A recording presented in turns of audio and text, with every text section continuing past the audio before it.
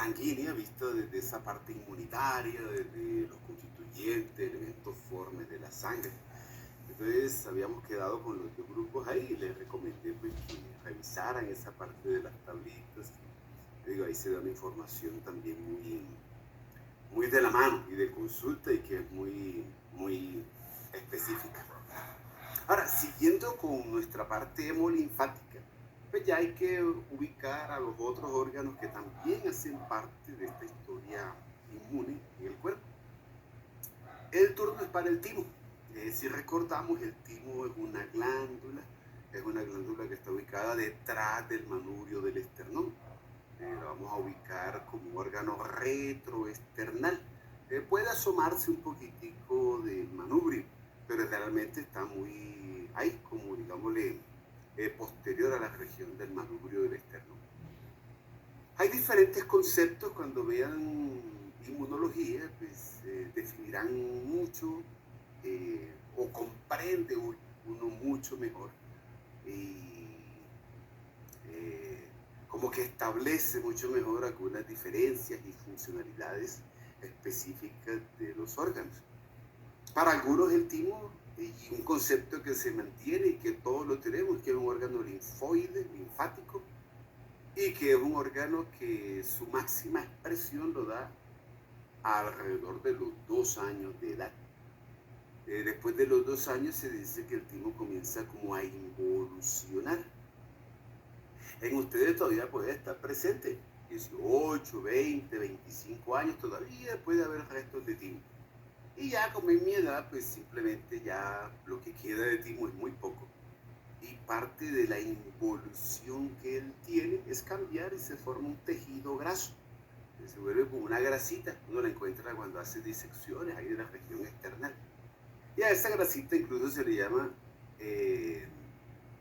algunos le colocan que el timo tiene una función, digámosle, o una parte funcional continua durante la vida. Otros dicen que no, que simplemente parte de su involución hace de que él vaya decreciendo y que otros órganos deberán tomar esa funcionalidad. Bueno, esos son los conceptos que más adelante aplicarán y cuando vean inmunología revisarán hasta qué edades se mantiene, cuánto es su potencial para dar. Lo cierto es que algo... Ah, bueno, el tejido graso ese que se forma detrás del esternón se le conoce como la cuerpo adiposo retroesternal y le colocan un nombre de Waldeyer. Igual no es importante, o lo va a ver de pronto en la parte anatómica, solamente para contarle que involuciona eso a un tejido graso. Y si recordamos función que le poníamos al timo, entonces le decíamos que el timo era un órgano, que el timo era un órgano muy importante en la parte de instrucción. Yo les comentaba la otra vez, le decía que él instruye, que él es quien se encarga de hacer que estos linfocitos T, que estén de pronto sin ningún tipo de capacidad inmune o que él se sienta que no sabe qué hacer, el timo, cuando los linfocitos T llegan al timo, el timo los instruye, le da esa capacidad inmunitaria y le da esa instrucción inmunitaria. Algunos libros le hablan a uno de la competencia inmunitaria, la competencia, la capacidad, o sea, que él pueda, los linfocitos, desarrollar esa parte o esa capacidad inmunitaria que ellos tienen. Aquí le coloco dos conceptos, esto es la histofisiología, eso está en la Gardner, aquí otros textos de histología, en datos clave le dice que es el desarrollo, pero también la maduración de los linfocitos T. Le colocan a esta historia del timo células. Entonces se habla que por lo menos hay que colocarle al timo 4 tipos diferentes de células. Unas que están ubicadas en la cortical subcapsular, o sea, inmediatamente en la corteza e inmediatamente por debajo de la cápsula que está envolviendo al timo. Otras que están en un segundo plano, entonces son las de la cortical interna. Otras ya más internamente, que son las que están a nivel de médula, y las más profundas, que son conocidas como las CH, o también conocidas como corpúsculos de Hassall o de Hassall, le dicen algunos. Él le dice que también otros conceptos dice que tiene epiteliocitos. Bueno, el epiteliocito simplemente es un linfocito T competente, toda su capacidad inmune. Entonces, si uno lo escucha, no es una célula nueva que aparezca o algo raro que deba estar, no. Es simplemente que a un linfocito T que sea completamente y con toda su capacidad inmunitaria al pleno, al 100%, uno le dice que es un epiteliocito. Igual que los otros linfocitos que viven propiamente, que están habitando ahí dentro del timo o que llegaron a ser su parte de instrucción.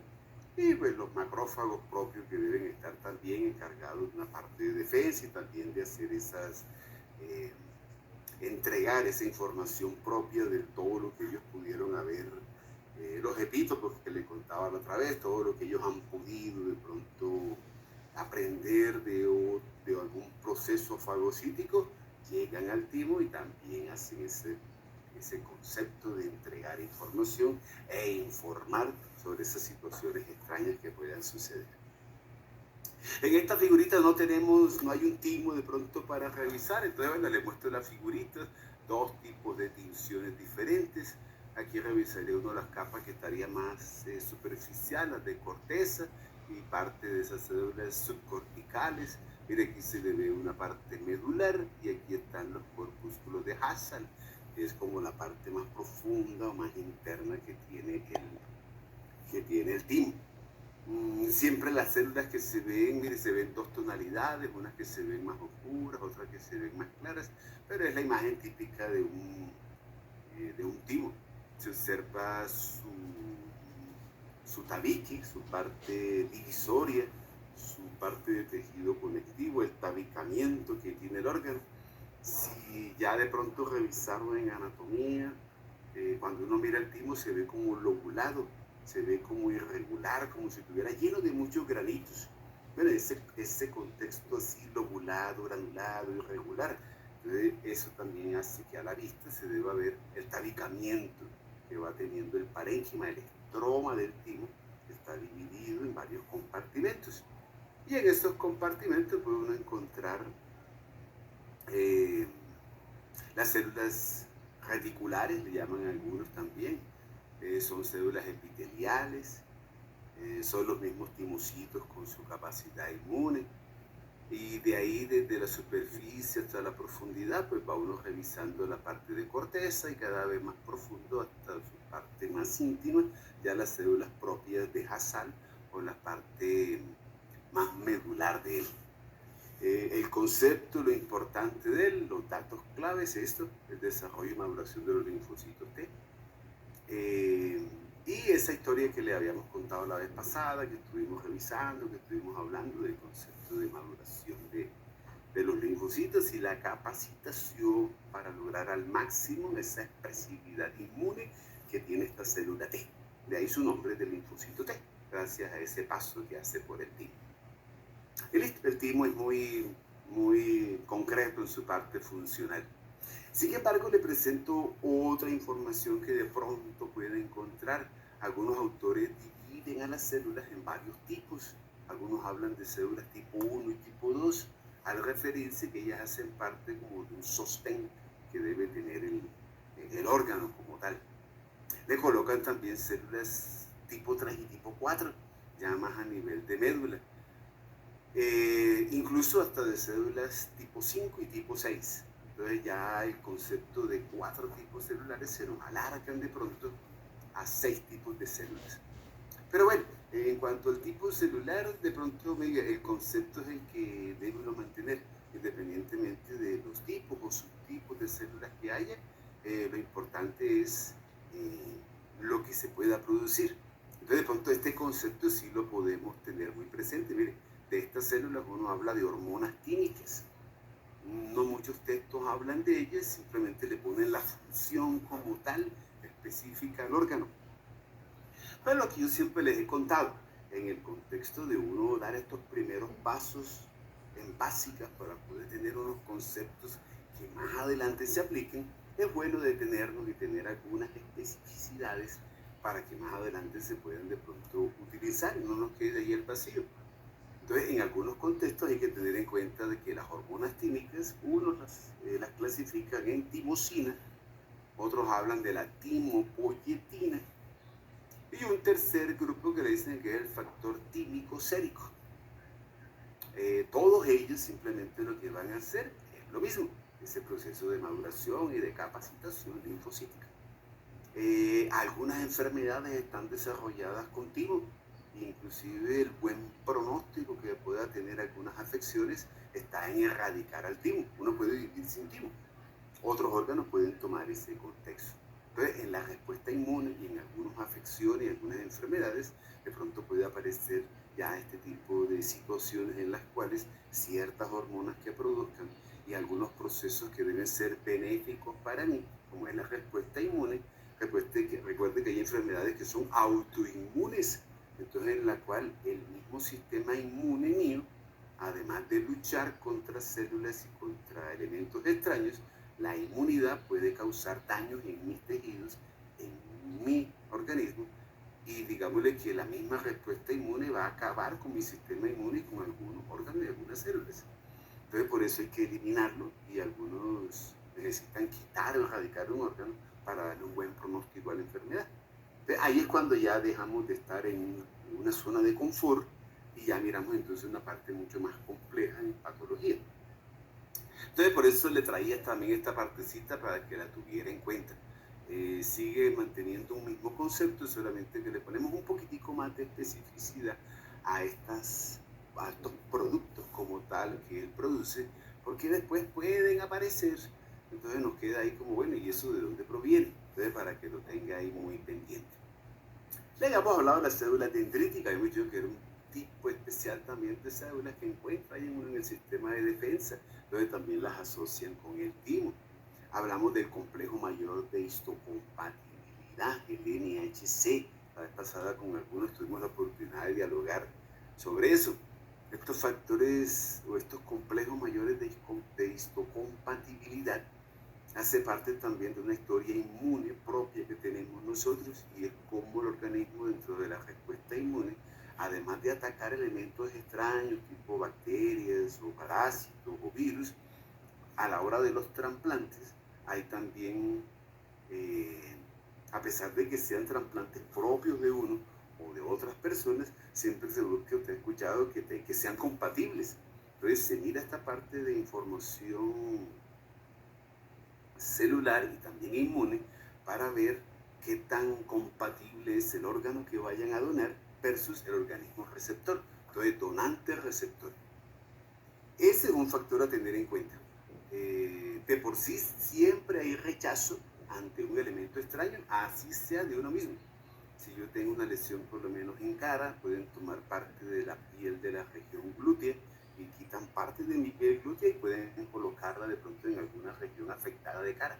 Siento una parte del mismo organismo como el mío, del hecho de que esa región esté y el procedimiento y lo cruento y toda la respuesta inflamatoria que se da, puede haber rechazo de ese injerto. En los, Ah, sí, cuénteme. sí, sí, doctor, yo le iba a preguntar que si se estaba refiriendo a un injerto. Iba a preguntar eso. Exacto, eso, Ah, ok. como un injerto. Incluso cuando es órganos, también está una historia de que tiene que haber compatibilidad. Mire, hay estudios que uno lee y dicen que si muchas cosas y se hacen muchos procedimientos y muchos estudios. Y se ha estimado que uno puede hacer un trasplante renal y puede ser muy exitoso el trasplante, pero si no existe la compatibilidad y estos complejos mayores de histocompatibilidad no son compatibles, valga la redundancia, entre el receptor y el donante, más o menos en menos de una hora, el mismo organismo ya ha destruido ese nuevo órgano que se acaba de trasplantar.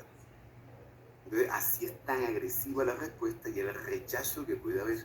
Entonces, por eso se busca que sean compatibles. Y eso, a pesar de que sean compatibles, receptor y donante, siempre se busca utilizar drogas, algunos corticoides, alguna droga que baje ese mecanismo de defensa, que baje eh, la respuesta inmune para lograr que sea la menor, digámosle, que tenga la menor fuerza esa respuesta de rechazo a ese nuevo órgano que se vaya a trasplantar. Ahí es cuando los pacientes inmunocomprometidos. ¿Cómo? Siempre va a haber respuesta, profe. Siempre va a haber. Lo que pasa es que lo leve, moderado, severo va a depender también de la compatibilidad que haya entre el receptor y donante. Y sin embargo, con la droga se juega para bajar mucho esos mecanismos inmunes del receptor para que el rechazo sea lo menos posible. Ahí es cuando otras infecciones oportunistas pueden lograr. Las personas cuando las son inmunosuprimidas por drogas para trasplante, tienen que estar muy bien en cuidados intensivos durante un tiempo previo y con mucho cuidado porque en ese momento es muy factible que pueda sufrir algún tipo de infección. Y de pronto lo más irrisorio, en el mismo hospital, a pesar de estar en cuidados intensivos, tiene el mayor riesgo. Recuerde que hay infecciones que se llaman nosocomiales. Hay bacterias que se adquieren en los mismos ambientes hospitalarios. Entonces es una historia que a veces tiene desenlaces que no son los mejores. Pero ahí le pongo un ejemplo de cómo un sistema inmune que trabaja a favor puede también ser un juego en contra y ser todo lo contrario a lo que uno de pronto esperaría benéfico para el paciente. Entonces una función también esa parte del timo y dentro de esas las dendríticas, esos factores del complejo mayor de histocompatibilidad. Ya le había contado de los linfocitos, entonces esto es las citocinas, linfocinas, eso que utiliza para asesinar o para hacer fagocitosis de elementos extraños. Y bueno, colocan los macrófagos, que para mí los macrófagos pues son los mismos como células dendríticas que están ahí, pero bueno, también consideran que hay un grupo de macrófagos que están ahí de manera especial a nivel del timo y que también vigilan, como en cualquier órgano tejido, esta parte inmune específicamente en este caso para el timo. Otro órgano linfático que es importante tener en cuenta es la parte de los ganglios linfáticos.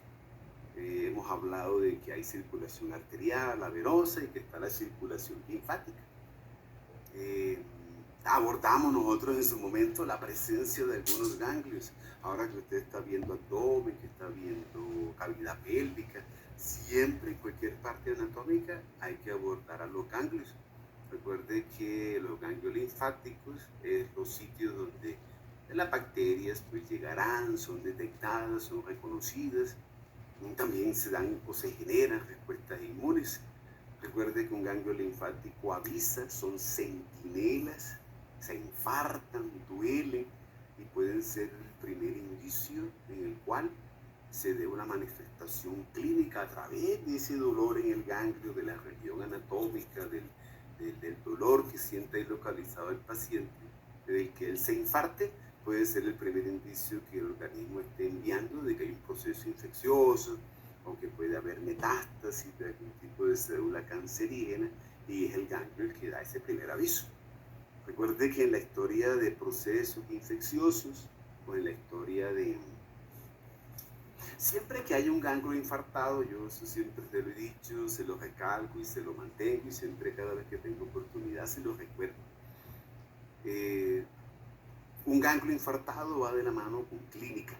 Cuando uno tiene un ganglio linfático infartado, ha despertado el ganglio, pues uno debe indagar a ver dónde puede ser el posible sitio generador que haya hecho que el ganglio se haya infartado. Normalmente tenemos ganglios en regiones específicas de... Es un ejemplo fácil, pues bueno, los de la axila. Entonces, si en la axila se me infarta un ganglio, pues yo miro a ver qué puede haber en miembro superior, alguna herida, alguna infección que haya. Si no hay nada en miembro superior, el segundo sitio es mama. Los ganglios de la axila son los centinelas de mama. Entonces uno explora mama, a ver, glándula mamaria, que puede haber, si hay algún quistecito, algún tumor o de pronto algo cancerígeno a nivel de mama. Y así sucesivamente en cada región del cuerpo vamos buscando algo específico de. Ahora, si es más difuso, uno busca entonces a ver, sí, procesos infecciosos, instaura una terapia, idealmente empírica, porque si somos, no hay manera. Lo ideal es que uno pudiera establecer un antibiograma y dependiendo del antibiograma mandar el antibiótico específico para ese tipo de bacterias que esté. Pero en nuestro medio no, solamente tenemos nuestra farmacología y tenemos nuestra microbiología. Y ya nos dicen que en cierta región del cuerpo predominan X o Y tipo de bacterias, que son gram positivas o gram negativas, aerobias o anaerobias, y uno empíricamente manda la terapia. Así se maneja dentro de nuestro sistema de salud. No es lo ideal, pero así es. Pero entonces usted tiene la probabilidad de, bueno, la primera semana usted la instaura. Si no hay mejoría, bueno, la segunda semana cambia de antibiótico. 10, 20 días. Pero si sigue el ganglio infartado, pues ya es hora de que mandar otro tipo de. Entonces, el único que sabe qué está pasando en la región del cuerpo, la evidencia de lo que está pasando está en el ganglio. Entonces, mándelo a biopsia. Se puede hacer biopsias incisionales. ¿Sí? Una pregunta, a pesar de que sea una lesión benigna, ¿los ganglios de igual manera se infartan? No, generalmente siempre cuando son malignas. Lo que pasa es que yo coloco las dos circunstancias pues pensando mucho en la parte glandular. Las glándulas tienden a hacer el cambio muy rápido, aunque no tampoco en 20 días. Pero como nuestro sistema de salud es tan complejo, de por sí le pongo un ejemplo. A mí me tocaba hacerme una resonancia magnética en plexo lumbosacro. Primero fue un problema porque parecía que eso fue un examen tipo extraterrestre. Entonces nadie sabía. Estaba en el CUPS, ahí en la parte de los códigos de procedimiento, pero parecía que fue la primera vez que alguien se la hacía en el mundo. Bueno, primero fue ese problema. Para no alargar de la historia, 1 año para que me autorizaran el examen. Entonces, y eso que era un examen diagnóstico. Ahora cuando se enfrenta uno de pronto a dilemas, puede haber demora del profesional por la parte administrativa o que desconoce o de pronto no lo envía de manera adecuada. Y puede pasar 1 año. En 1 año sí me puede cambiar y hasta menos tiempo. Los procesos, digámosle, benignos a malignos pueden estar en cuestión de meses. Usted ha visto de pronto personas que en menos de 1 año han cambiado completamente su semblante, su condición clínica, y hace 1 año usted lo ve bien y 1 año después ya con cáncer de colon, ya desarrolla rápidamente algunas condiciones que cambian. Entonces son enfermedades silentes y que pueden o no ser detectadas a tiempo por los ganglios. Eso no está dentro de el menester del huésped que nosotros podamos tener una injerencia de. Pero entonces sí, cuando aparezca, ser uno rápido, eficaz y eficiente, porque esa es la historia que uno a veces no le puede dar a veces mucho espacio. Le coloco un caso todavía que conocí, que fue muy visto y vivido de un amigo. 2 pacientes, 2 personas, los dos coincidencialmente conocidos míos, los dos con cáncer de colon. La diferencia en iniciar la quimioterapia el uno con el otro fue de 2 meses aproximadamente. El que la inició 2 meses antes todavía tiene una buena sobrevida y todavía está, digámosle que, al menos los exámenes que se han hecho, no se ha visto que se haya hecho demasiada metástasis, ha estado como muy localizada la lesioncita. El otro, con el mismo diagnóstico, el mismo tipo de cáncer, en la misma fase, inició 2 meses después, ya murió. Murió de cáncer de colon y ya porque hizo metástasis. Entonces, mire, en 2 meses cómo puede haber un gran cambio en una evolución de una enfermedad. Entonces, ahí, por ponerle el ejemplo, pero también diciéndole que es bueno tener esa parte muy en cuenta. Cuando cambie, sabe uno que van a cambiar, que cambian a maligno, sí sabe uno que cambia a maligno, que puede perpetuarse en benigno también. Pero cuando lo haga, o cuando el huésped, o cuando el sistema inmune sea alguien que retarde o alguien que predisponga a que se acelere, eso solamente lo sabe el huésped. Son los factores propios del huésped. Y a veces caprichos fisiológicos, vistos desde las diferentes tipos de enfermedades, órganos, y también esa histopatología que tienen algunos tipos de afecciones como tal.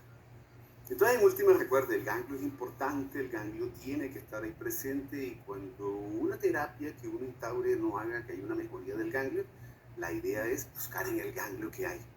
cualquier tipo que sea la biopsia, si se quita un ganglio, un lapicito del ganglio, se aspira un ganglio, lo que sea, pero se manda a patología para que se determine a ver qué o por quién o qué esté causando ese tipo de situaciones como tal. Entonces, un ganglio se le dice o se le coloca por lo menos que hay tres tipos funcionales a nivel de un ganglio linfático.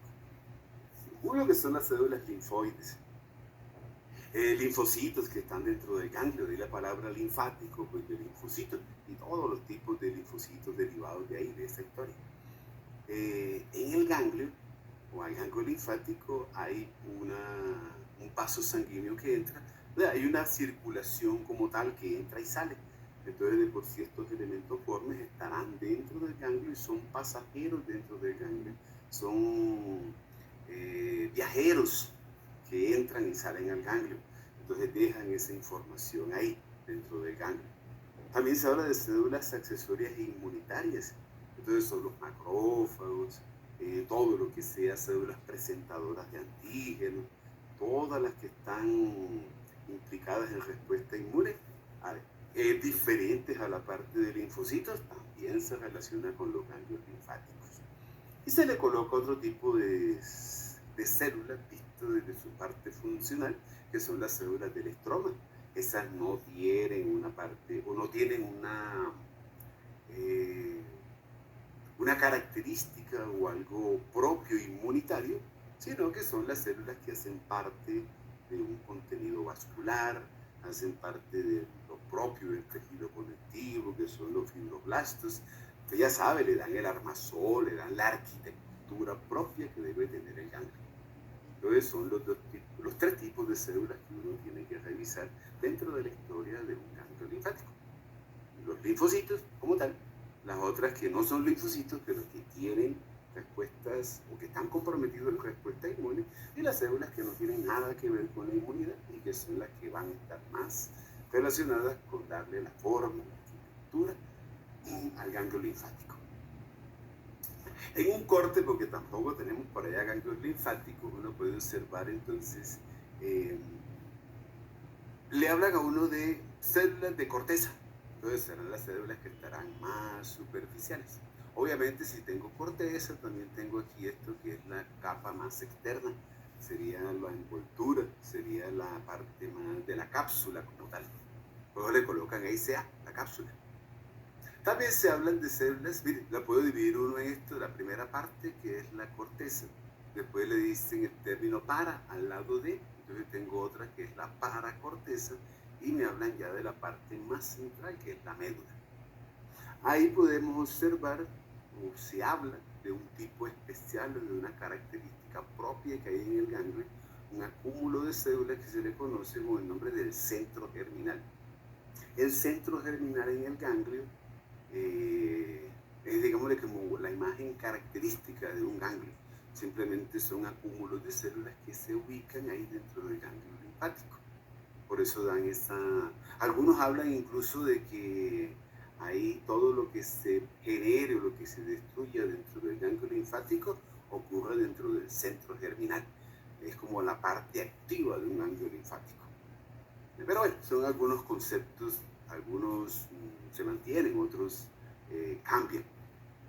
Aquí tengo entonces las dos vías, la parte de B, está hablando de vénulas, y hay otra parte que son los de vasos sanguíneos, las arteriolas. Entonces por eso uno en el ganglio linfático ve tanto la entrada como la salida, ve todo el flujo y ve toda la vía en la cual la sangre tiene que entrar y salir. Pero ese entrar y salir implica que yo tenga que recorrer todo el ganglio en todo su espesor. Digámosle que es como un filtro que va ubicándose dentro del ganglio, lo que va haciendo que esa purificación, esa filtración como tal, es esa información que tienen que dejar todos esos elementos que traigan alguna información de interés para que el ganglio linfático la aproveche dentro de esa dinámica que deben tener de también ser, detectar todo lo que esté sucediendo, todas las células. Ahí entran no solamente bacterias, virus, sino también células extrañas, lo que habíamos hablado la otra vez, las células en las cuales haya habido algún cambio células que necesiten ser eliminadas porque tuvieron algún problema en su división celular y que pueden llegar a ser potencialmente dañinas. Como también las que ya sufrieron el cambio, toman la parte circulatoria, empezaron a hacer metástasis, pero que al llegar al ganglio, el ganglio también las reconoce y el ganglio reacciona ante ese tipo de presencias celulares. ¿Una pregunta? De ganglio. ¿Sí, señor? ¿El ganglio solamente es tejido conectivo? Básicamente se considera que sí, como hace parte de lo circulatorio, entonces entra dentro de la historia de conectivo, historia mesodérmica, en su parte formativa, como tal. Y puede inclusive tener, uno mira aquí esquemáticamente y cuando ya se le coloca, digámosle, eslabones en la historia, mire, un ganglio linfático me habla de una corteza, que es la parte más externa, y la que le he contado ahorita, que es la paracortical, al lado de. La paracortical se dice que es dependiente del timo. Hay una información, recuerde que estos órganos todos se están intercomunicando. Hablar de sistema inmune no solamente está en el timo como órgano competente para hacer ese despertar inmunitario, sino también una parte linfática donde hay linfocitos que también entre ellos se están intercomunicando esa parte de información de. Entonces se dice que son timodependientes, pero que están formados principalmente por linfocitos T que vienen del timo. Ya sea que proliferen o estén en circulación esperando ser capacitados, o ya traigan una información como tal, producto de una interacción que hizo con algún elemento extraño. Y en la corteza hablamos entonces de algunos nódulos primarios. Entonces son los nódulos que están ahí, quietos, como silentes, pero que en algún momento tendrán que ser estimulados por algún antígeno. Entonces un ganglio linfático, después de ser primario y de estar, digámosle, como, bueno, el término que yo utilicé la otra vez, como virgen, no ha habido ningún proceso, no han sido tocados por ninguna, o alcanzados por algún tipo de proceso como tal inmune, o de pronto otros ganglios reaccionaron primero antes que ellos. Pero antes de que un ganglio reaccione, digo que es un ganglio primario. Y después de que reaccione, entonces ya es un ganglio, o los folículos como tal de él que están constituyendo, entonces se convierten en secundarios. Entonces ya también son órganos en los cuales puedo hacer una parte maduradora del linfocito B. Recuerde que el linfocito B, cuando se expone a los antígenos, entonces sí, a una célula plasmática, ya produce inmunoglobulinas o anticuerpos, o también se capacitan en linfocitos B de memoria. Una historia que el ganglio linfático también puede y participa en esa historia ahora de cambio, de capacitación para los linfocitos B. Después de que pasen por un ganglio, pueden cambiar de esa manera. Pero un proceso cambiante que también va de la mano como cambia el ganglio, de primario a secundario, y de secundario cuando ya adquiere toda la destreza para poder instruir al linfocito B o a madurar linfocitos B para que se transformen en o célula plasmática, productora de anticuerpos, o esos linfocitos de memoria. Una historia también importante en los ganglios linfáticos. Ahí también entra otro campito y en el cual los órganos linfáticos lo puede uno dividir también dependiendo de su ubicación y de en qué momento pueden actuar. Entonces por eso hablan de órganos linfáticos que son primarios. Algunos dicen que son centrales,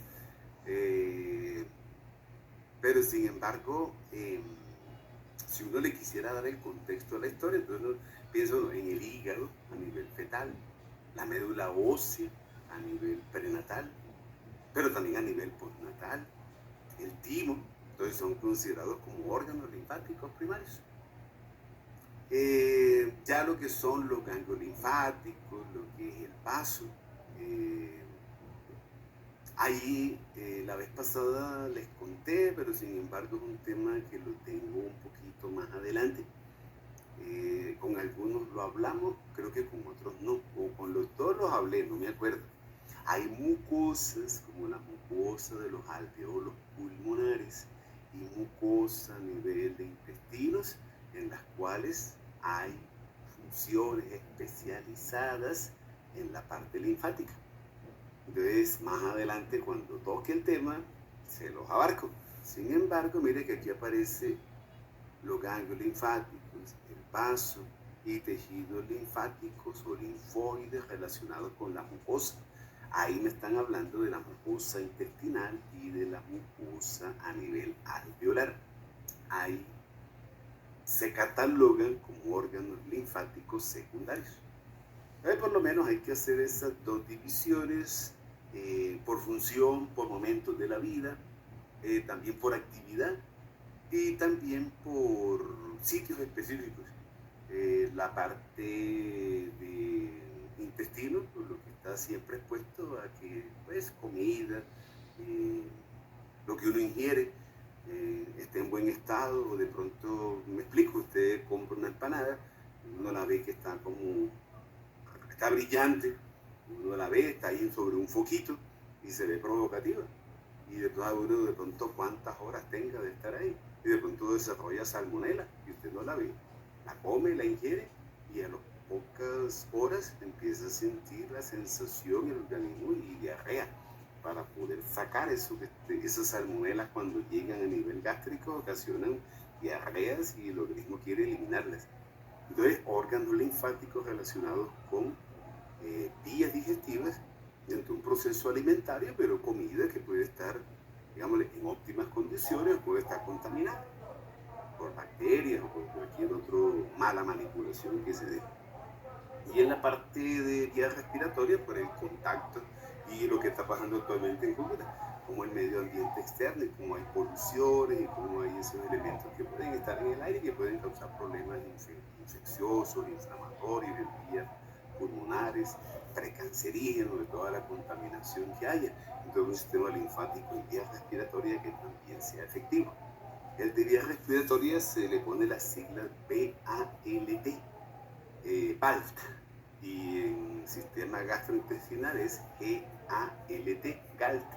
Pero eso lo hablamos cuando estemos allá en digestivo, pero solamente para que tengan en cuenta que en esas dos mucosas, especialmente la respiratoria, la bronquial y la intestinal, hay mucosa que está relacionada con respuestas inmunes o linfáticas o linfoides, independientemente de lo ya tradicional que tengo, que es el hígado fetal o la médula ósea prenatal y postnatal o el timo como los linfáticos primarios y los ganglios linfáticos, el vaso y estos tejidos como órganos linfoides secundarios. Entonces son clasificaciones por ubicación, por tiempo, por funcionalidad, también por momentos de la vida. Ahí le digo porque hay unos que son prenatales y otros que son postnatales. Recuerde que algunos prenatales dejan de funcionar, pero que en postnatal, si hay algún proceso que los altere, los prenatales pueden volver a retomar esa función que tenían antes. Entonces, desde esas dos pistas, clasificar a estos órganos. Bueno, y el último es el vaso. El vaso es un órgano laterogástrico, está ubicado en la parte lateral y posterior a nivel de lateral con respecto al estómago. Entonces, por eso dice que es laterogástrico. Está más o menos entre la 9ª, 11ª costilla. Dentro de la historia del vaso, pues histológicamente se le buscan dos tipos de pronto de constitución que él tiene. Se habla de una pulpa blanca. La pulpa blanca del vaso está compuesta por una parte linfática, una vaina linfática, dicen los textos. Principalmente ahí voy a alojar a células T. Hay linfocitos B. Hay una zona también marginal, ahí cerca de la zona blanca, donde principalmente hay linfocitos B, reconocer antígenos, anticuerpos que vienen o que provienen del timo. Se habla de una pulpa roja, y la pulpa roja se le da un contexto principalmente por una característica específica que tiene, que se forman como unos cordoncitos. Uno hablan que son senos, que son como cavidades, como compartimentos, muy parecido así como un panal de abejas, y se conoce como los cordones esplénicos de Bilroth. Pero independientemente de todo lo que uno pueda buscar en la parte constitutiva, histológica del vaso, hay algo que es propio que uno debe tener en cuenta. Y el vaso como órgano que debe estar en esa filtración de sangre como tal, la formación de células linfáticas. Recuerde que hay procesos donde los cuales, bueno, yo le hablé de los linfocitos de Helper, los que asesinan, los que son moderadores. Bueno, hay una historia dentro del sistema inmune en la cual hay alguien que instaura, alguien que mantiene o perpetúa y alguien que suprime la respuesta inmune. Pero el vaso también es un órgano que se considera muy importante, no solamente porque destruya los eritrocitos que ya estén viejos, o que también tenga que destruir plaquetas, sino que también es importante porque él está implicado en la destrucción de los antígenos. Entonces recuerde, antígeno, anticuerpo. Entonces también está dentro de la respuesta mediadora inmune. Él está también presente en ese momento de decir hasta dónde va.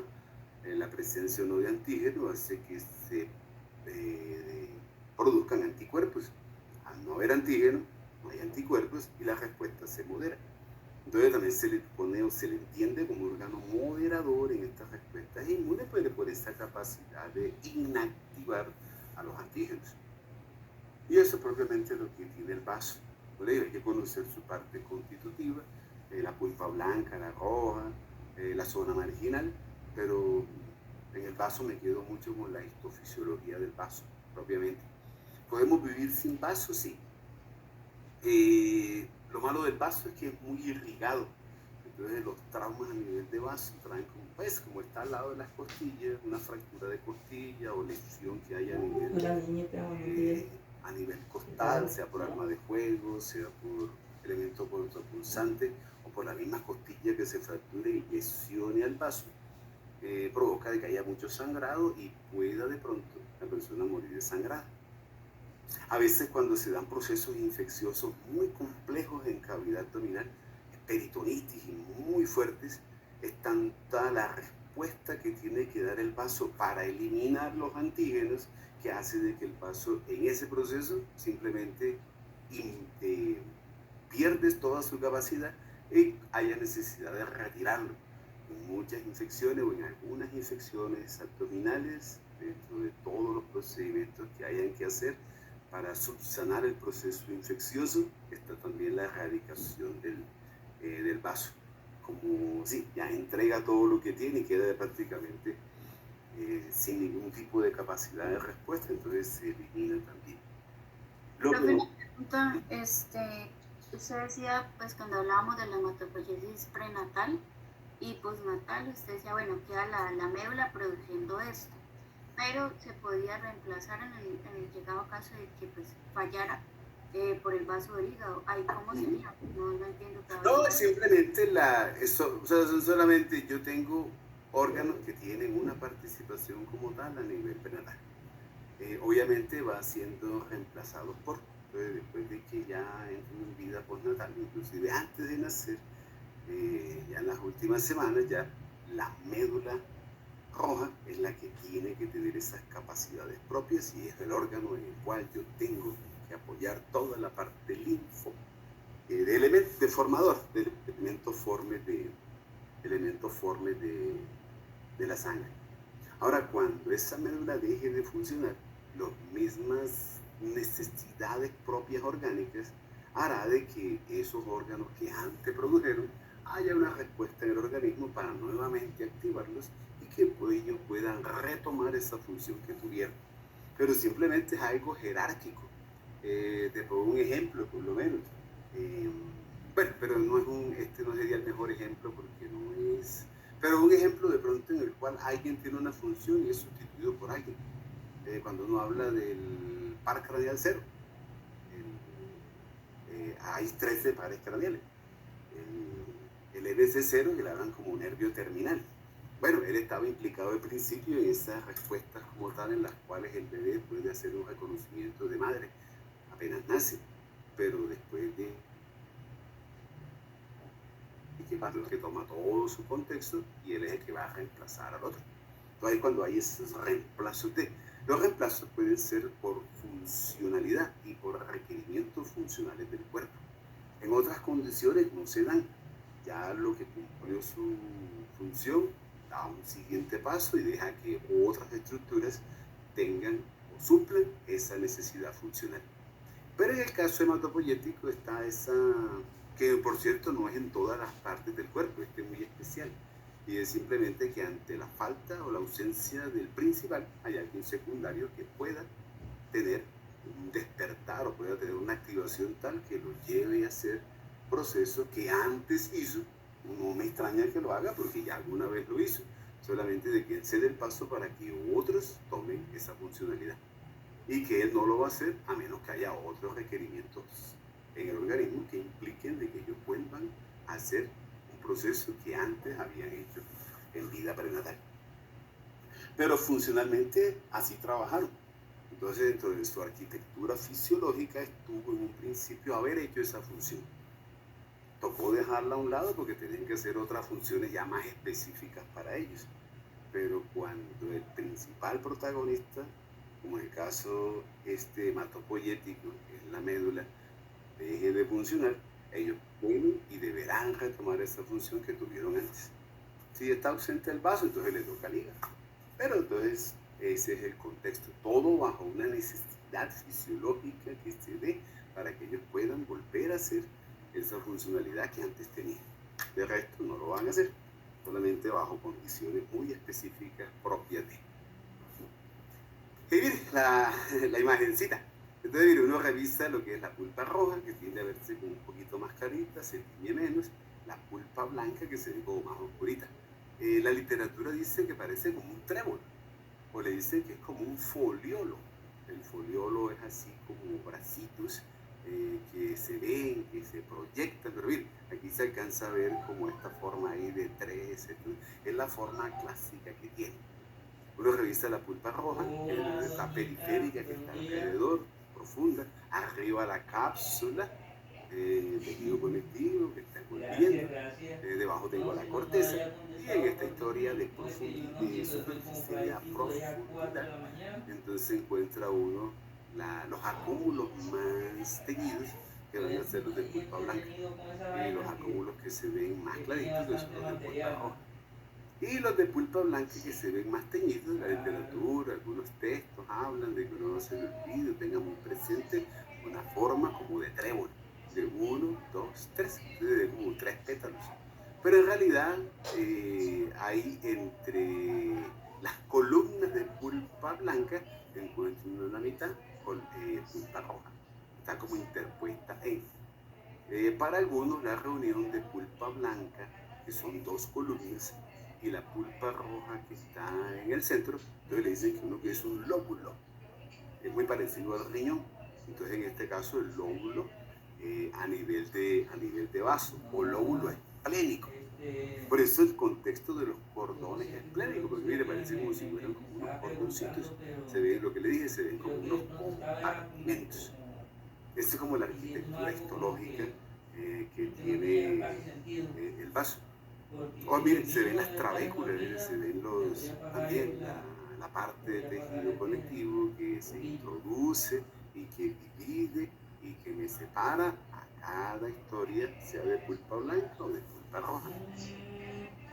Las trabéculas son los mismos septum, son los mismos tabiques de tejido conectivo, sino que en algunos le dicen septum, en otros le dicen tabiques, y en el vaso pues las trabéculas, entendiendo el mismo principio, alguien que divide, alguien que separe, alguien que se interponga.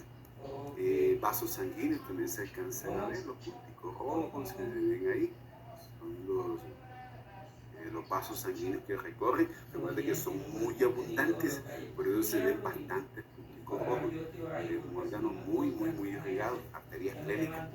Recuerden que la esplénica es la más voluminosa de la rama del tronco celíaco. Entonces al vaso le llega muy buena irrigación que soporta lo que les conté. En los casos de trauma, tiene esa probabilidad de que el sangrado sea bastante abundante. Y listo, bastante tejido, bastante vasos sanguíneos. tejido conectivo, colagenoso denso, esa es la teoría, visto desde estas tabelas y estas separaciones que tiene. La envoltura que tiene solamente porque cuando revisen, bueno, recuerden, eso lo voy a contar más adelante, todavía no, pero cuando estemos en abdomen tenemos que mirar las envolturas que tiene el abdomen, toda la capa que envuelve el abdomen, uno la considera como el peritoneo. Y el peritoneo pues será una envoltura que está envolviendo la pared del abdomen. Entonces uno le dice peritoneo parietal. Y encuentra otro peritoneo que es el que envuelve a los órganos. Entonces le dice peritoneo visceral. Entonces solamente porque esta cápsula que me dice que envuelve al órgano, esta envoltura es tejido conectivo. Pero esta cápsula como tal es parte de la envoltura que tiene el órgano. Entonces ahí tenemos que hablar de una historia de peritoneo visceral. Pero la historia del peritoneo la hablamos cuando estemos ya a nivel de abdomen, para entenderla un poquitico mejor y ver cómo la extrapolo y cómo ahora las envolturas que tienen los órganos, la cápsula va a cambiar un poquitico. Cambia en nombre y también en cómo está constituida, dependiendo del órgano donde se encuentre y qué parte del peritoneo lo está envolviendo, porque el peritoneo puede fijar a un órgano, puedo encontrar fijación de un órgano. Si yo soy órgano, yo puedo fijarme contra la pared del abdomen o me puedo fijar con un órgano que esté al lado mío. Ahí es donde de pronto cambia la parte histológica, pero muy poquito. Entonces lo hablamos allá. Solamente ahorita le hago ya la antesala, porque ya vamos para la parte ya interna, en la cual estas cápsulas se entienden como parte también de una envoltura y de fijación que tienen los órganos, que le voy a decir peritoneo. Y como está cerca del órgano, entonces le digo peritoneo visceral. No más, ahí por este ladito. Mire, otra vista también que tenemos. Aquí tenemos la pulpa roja. Aquí se ve una pulpa blanca y roja a nivel del vaso. Se ve la parte linfa, miren la envoltura, miren cómo se ve ahí. Hay una parte externa que de pronto no se alcanza a revisar, pero sí puedo diferenciar la pulpa roja, la más clarita la pulpa blanca. También se alcanza a ver el centro germinal, también se vuelve a mirar y se vuelve a referenciar centros germinales a nivel del vaso. La parte arterial, mire todos los punticos que se ven ahí, toda esa parte de cúmulos rojos hacen parte de los vasos sanguíneos porque es ricamente irrigado. Y la parte marginal alrededor, toda esta región envolvente, la zona marginal alrededor de un centro germinal. Simplemente son cúmulos de células a nivel del vaso.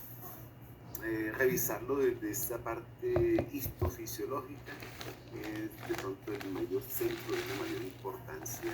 Mentir sin tampoco descuidar pues, su parte constitutiva como tal. Creo que es la última de hemolínfatico.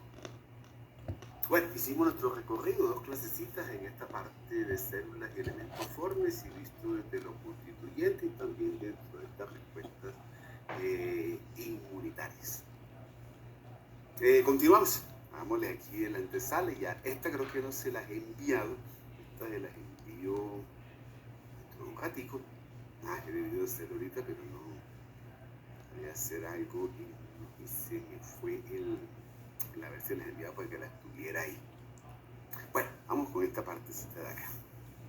Ya. Profe, esa reunión ya se va a acabar. Si quieres, espérame, yo creo otra y nos unimos a esa. ¿Hasta qué hora es que vamos hoy? ¿Hasta las 3 y qué? Mentira. ¿Hasta qué hora es la teórica? Se asustaron, ¿cierto? Entonces las 12:30, 12:40. 12:40.